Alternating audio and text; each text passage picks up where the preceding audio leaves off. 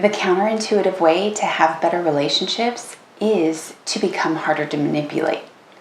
Yes, what I am saying is that your niceness might be the problem. And in this video, I am going to explain why. Now, I know that might sound cynical at first because most relationship advice tells us the complete opposite of what I'm saying. You often hear be more understanding, show more compassion, extend grace, communicate better, be more patient, be vulnerable. And here's where I disagree. Unhealthy relationships rarely survive because people care too little or are too selfish. To the contrary, unhealthy relationships survive because one person is willing to abandon themselves and tolerate almost anything to avoid losing that relationship.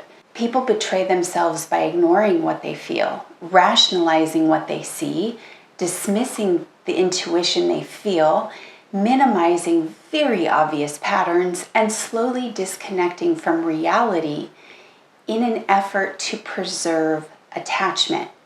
And the craziest part is that so many people call this love.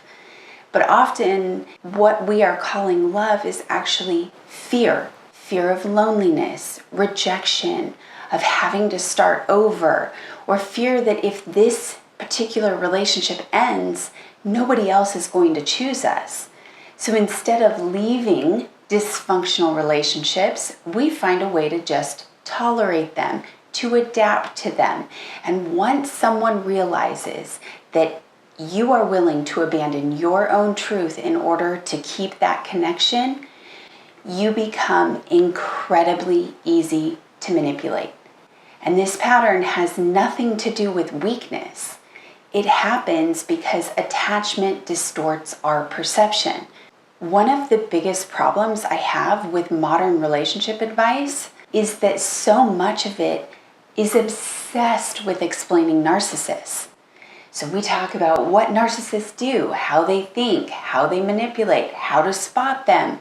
And yes, I am not denying that some of that information can absolutely be helpful, but very, very little of the conversation focuses on the other side of the equation, like what makes someone vulnerable to staying in manipulative dynamics in the first place. Because if every relationship in your life keeps turning into confusion, self-betrayal, emotional exhaustion, always walking on eggshells, constantly over-explaining yourself, trying to prove your worth, at some point we have to stop only analyzing toxic people and start asking what patterns inside of me are making this dynamic possible.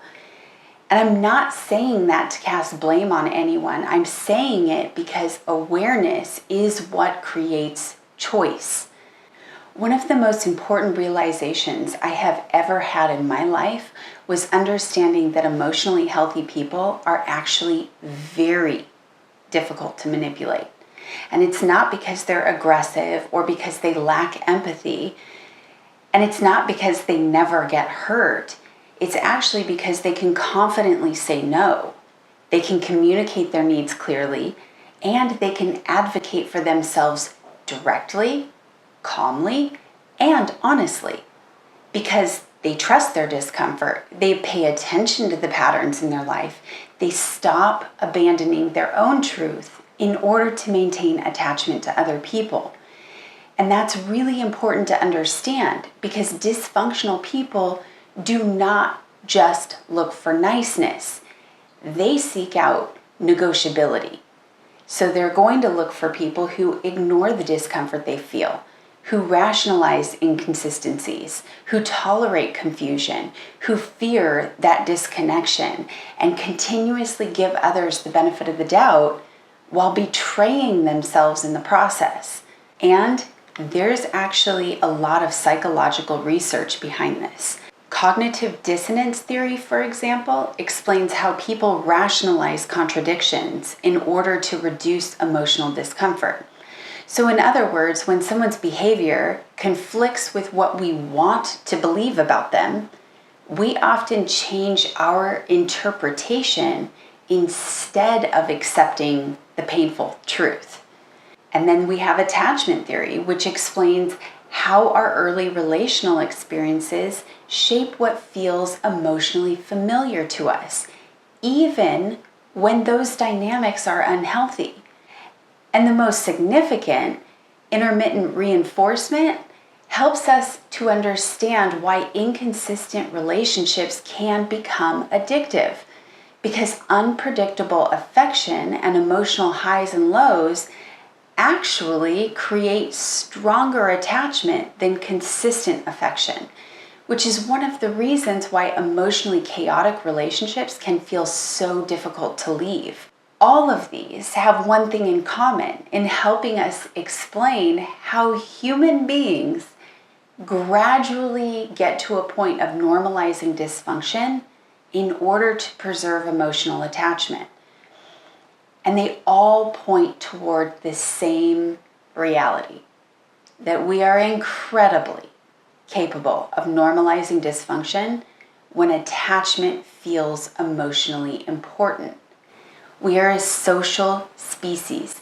Connection and belonging are deeply tied to our survival, which means that many people will pursue attachment even at the expense of their own truth. And this is so important to understand because so many people are not trapped because they don't see the dysfunction. They're actually trapped because emotionally and psychologically, accepting truth feels too threatening.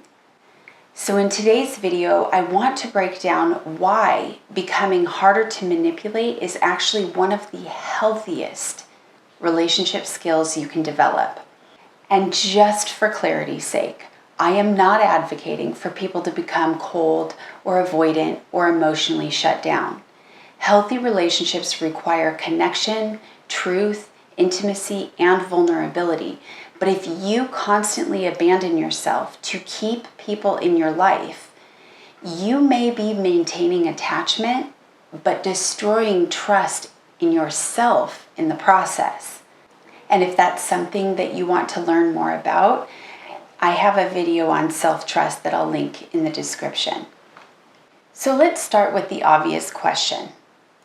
If these patterns are so unhealthy, why do so many intelligent, self-aware, caring people stay in these dynamics? Because I think a lot of people judge themselves for this, because they look back on relationships and think, how did I tolerate that for so long? How did I not see that? How did I justify that kind of behavior for so long? But I actually think that those are the wrong questions, because most people do see it. The issue is not that they're blind or unaware of what they see. The issue is that attachment changes our perception. And when attachment enters the room, objectivity often leaves. And this is important because we like to imagine ourselves as humans as rational creatures that make calm and logical relationship decisions. But psychologically, we 100% know that is not how attachment actually works. Once emotional attachment forms, our brain begins protecting the relationship itself. And that means that we start filtering reality through hope or chemistry, fear, loneliness, attraction, our emotional histories, familiarity. This is why someone can notice all the red flags and still stay. Because there's usually another voice in the background saying, maybe I am overreacting, or maybe they didn't mean it that way. Maybe they'll change. Maybe this is just my trauma. Or if I communicate better, then this is going to get better. And eventually, people become trapped in interpretation instead of the reality of what they're in.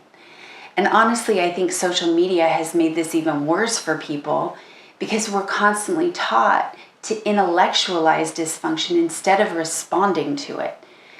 everything has become a wound or a trigger or an attachment style or a trauma response, a defense mechanism.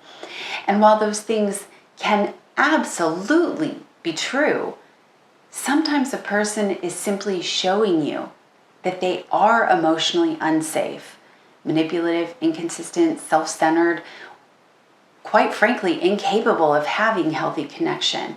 And there is no amount of understanding that will change the impact that they have on your nervous system. And I think a lot of people confuse empathy with self-abandonment. They start to justify and think things like, if I understand why someone behaves this way, then I will be able to tolerate it. But understanding behavior does not require accepting it. And that is a huge difference. Most people are not trapped by love. They are actually trapped by the hope of love. Hope that eventually the relationship will become what they imagined it could be. Or hope that the version of the person that they occasionally get to experience will one day become permanent.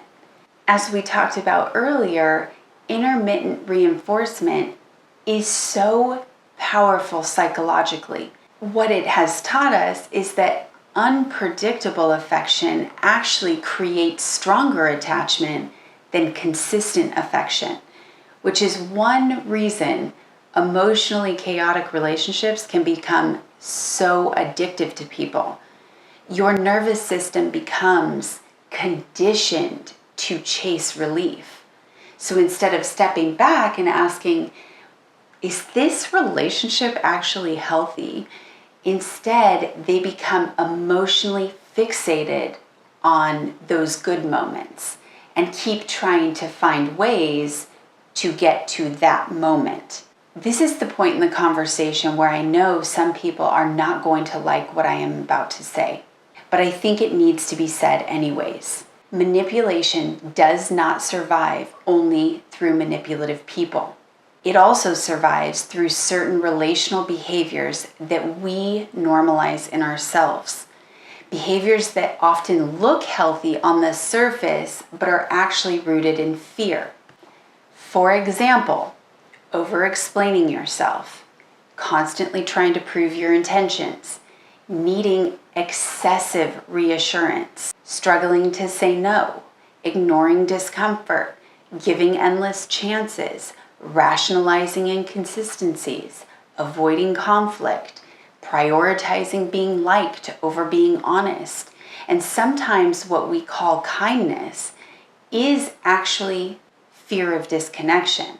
And I know that that can be difficult to hear because culturally we actually praise self-sacrifice in relationships. We praise people for being endlessly patient and understanding and forgiving. But at some point, tolerance stops being compassion and starts becoming self-betrayal. Emotionally healthy people are not endlessly tolerant. They are honest, they notice patterns, they trust the discomfort that they feel, they communicate directly, and they do not continuously negotiate themselves in order to maintain attachment to others.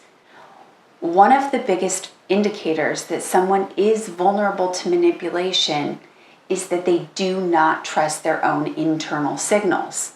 So, their body might feel tension, their intuition notices the inconsistency, their nervous system senses this unpredictability, but instead of listening, they override it because maintaining connection feels emotionally safer than confronting the reality. This is why some people become magnets for dysfunctional dynamics. It has nothing to do with the fact that they are weak, but because dysfunctional people quickly recognize who is willing to tolerate confusion in exchange for connection. Healthy relationships create clarity. Dysfunctional relationships create confusion. And I honestly think this is one of the most overlooked relational dynamics that people need to understand in order to attract healthy relationships. Because confusion is not always something to solve. Sometimes confusion is actually really important information, because healthy relationships should not require interpretation. They should not leave you chronically anxious or hypervigilant or emotionally unstable or mentally exhausted trying to figure out where you stand. Manipulative dynamics actually thrive in this kind of ambiguity because there are mixed signals, inconsistencies, emotional unpredictability, contradictory behavior, moments of closeness then followed by withdrawal, affection followed by distance, reassurance followed by confusion. And here's the thing, over time, that destabilizes people psychologically because we naturally seek certainty. And the longer someone stays inside this confusion emotionally, the more disconnected they become from their own internal compass. And this is where people begin to abandon themselves because they stop trusting their patterns and the way that they truly feel. They stop trusting reality. And instead, they become dependent on other people to define what is true for them. Now, I have to say that this was one of the hardest things for me to confront in my own life. I can vividly remember times sitting alone after certain conversations, feeling anxious, drained, so confused, trying to convince myself that I was overreacting and that if I could just learn to communicate better, then so-and-so would love me, or then it would be healthy. But the truth is that I was desperately just wanting the relationship to work. And what happens is we become more committed to the potential of the relationship than the reality of it. Because I can remember telling myself things like, maybe I am expecting too much, or maybe I just need to communicate better, or maybe they're just hurt. And if I'm patient enough, or loving enough, or fill in the blank enough, then things will change. But there came a point when I had to confront the reality that I was abandoning myself in order to try to find that connection. That realization completely changed my understanding of relationships and made me realize the absolute insane nature of humans searching for love and belonging in this world.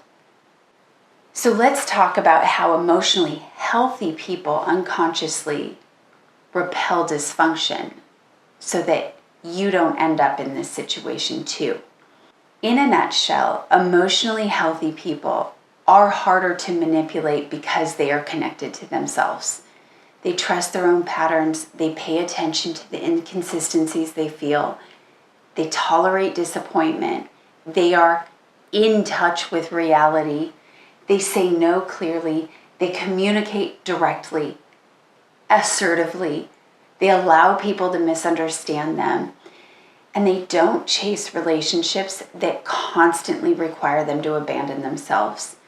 Emotionally healthy people do not require perfection from others, but they do require congruence and honesty and consistency and accountability and emotional safety.